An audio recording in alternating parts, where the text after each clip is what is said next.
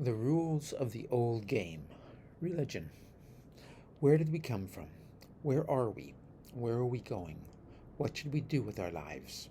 Answer these big questions and you have a philosophy of life. If society accepts the answers, you have a religion, the basic rules of the game. China became China socially and culturally during the last half of the 800-year Zhou dynasty that waned in the spring and autumn and warring states periods before being deposed in 256 BC. At that time, in Eurasia, in a few centuries that were centered around 500 BC, something profound happened.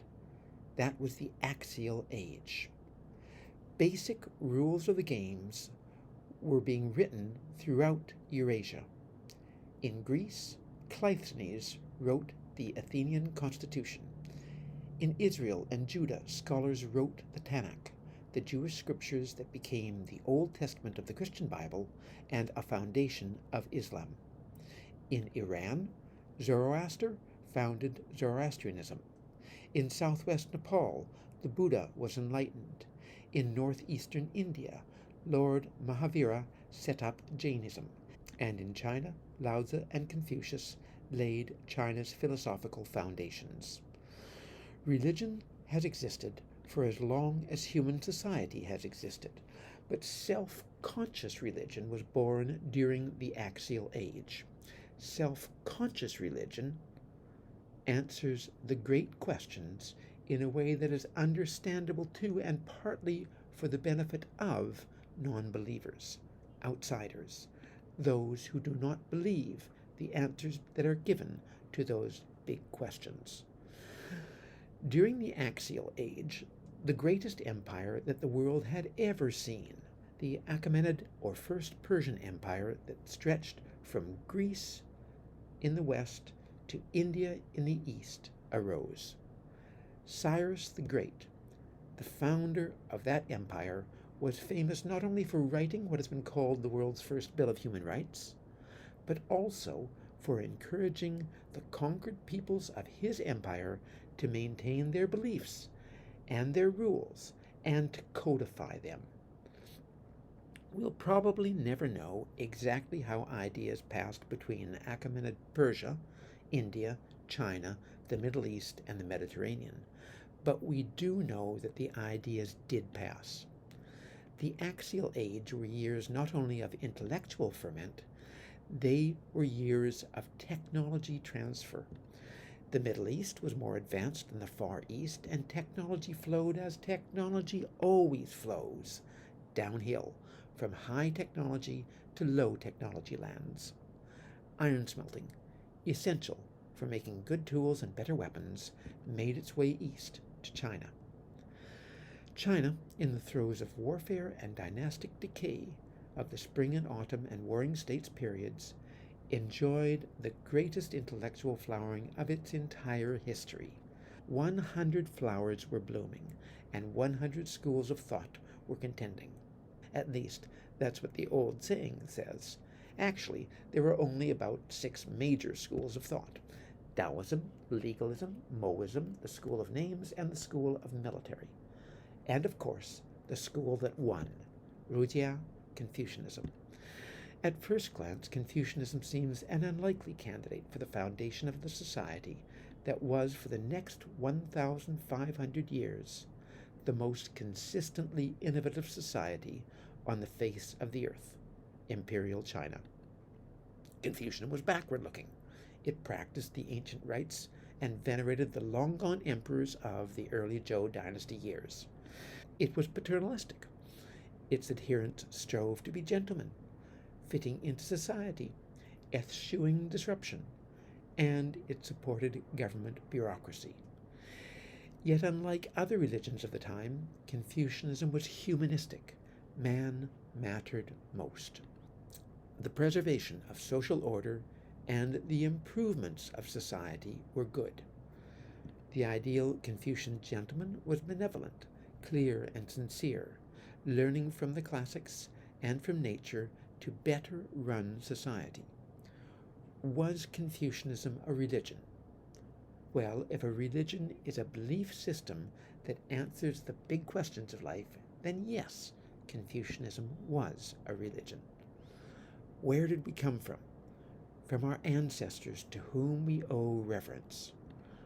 Where are we? We are in a hierarchical society where our duty is to fit into our place. Where are we going? If the ruler is benevolent, if he holds the mandate of heaven, and if benevolence pervades society, then the future is a good, well-functioning society. What must we do with our lives? What you do not want done to yourself, do not do to others. Confucians believed in heaven and its power, but claimed no insight into the order of heaven. Observe the rites, be polite, serve loyally the benevolent ruler, but do not serve loyally the unrighteous ruler.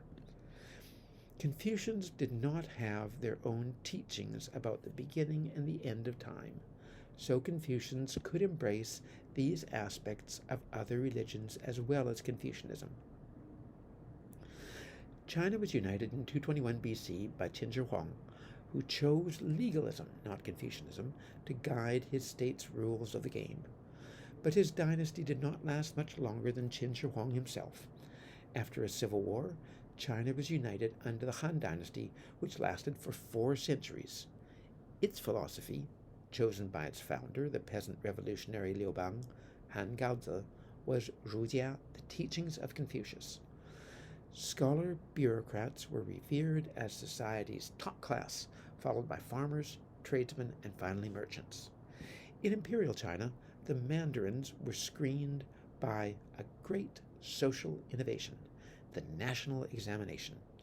The exams, which only a tiny fraction of scholars actually passed, tested not only understanding the Confucian classics, but also the ability to reorganize passages from them into terse, elegant, original essays. The exam system was copied a few centuries later in Vietnam and Korea, but 2,000 years were to elapse before civil service exams were first implemented in Western Europe. The exams helped to formalize Confucianism. The bureaucracy was charged with benevolently administering an agrarian society. The system generated conformity, loyalty, and professionalism. Although it upheld the ideals of China's legendary past, its stress on social well-being allowed it to value merchants and artisans whose innovative technologies benefited society. In theory, anybody could take the exams, but in practice, only those who could afford an education would likely succeed. Newly minted scholar-bureaucrats came from a landed class that preserved its wealth and power by channeling the best and the brightest into studying for the exams. Those who passed could look forward to administering a district, to receiving a low salary, and to obtaining substantial power. Scholar-bureaucrats, the mandarins, used their power to get from society what the state failed to provide. With all of its faults, however, the Imperial Chinese system, ushered in by the Han Dynasty, guided by Confucianism, and ruled by mandarins selected through exams, became the most innovative, stable society on earth prior to the European Renaissance.